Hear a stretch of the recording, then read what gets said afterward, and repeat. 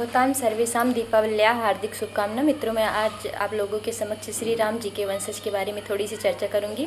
इस वंश में सबसे पहले वैवस्वत मनु उत्पन्न हुए।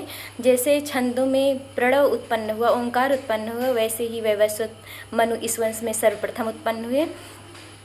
मनु के दिलीप हुए।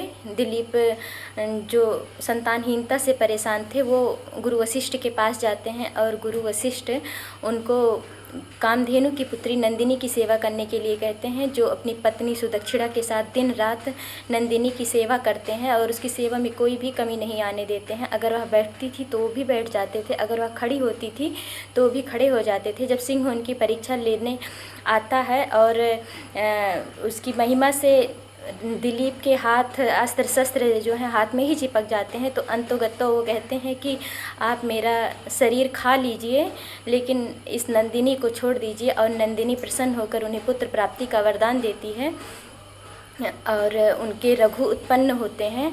रघु इतने दानी हुए, शायद इसी के वजह से इस वंश का नाम रघु पड़ गया। कौत्स जो कि ब्राह्मण थे, अपने गुरु दक्षिणार्थ 14 करोड़ स्वर्ण मुद्रा मांगने के लिए रघु के पास पहुँचे। उन्होंने विश्वजित यज्ञ कर चुके थे और विश्वजित यज्ञ में सर्वस्व दान कर दिया जाता है। तब उन्होंने कुबेर पर आक्रमण कर दिया और धन वृष्टि होती है और कौत्स प्रसन्न होकर उन्हें पुत्र प्राप्ति का वरदान देते हैं। फिर रघु को अज उत्पन्न होते हैं, जो जिनकी पत्नी वो विलास में डूबे रहते हैं, इंदुमती। और इंदुमती का जब विरह होता है तो एकदम संताप में आ जाते हैं और यज्ञ करके उनका संताप शांत होता है।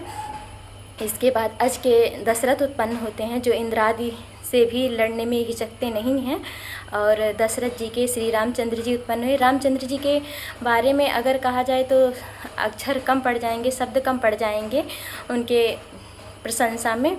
और वो इतने, अब उनके बारे में क्या ही कहा जाए, सभी को पता है।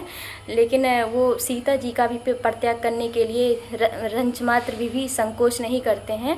वो कहते हैं, लोकानुरंजन के लिए अगर मुझे सीता का परित्याग करना पड़े तो इसमें भी कोई संदेह नहीं है।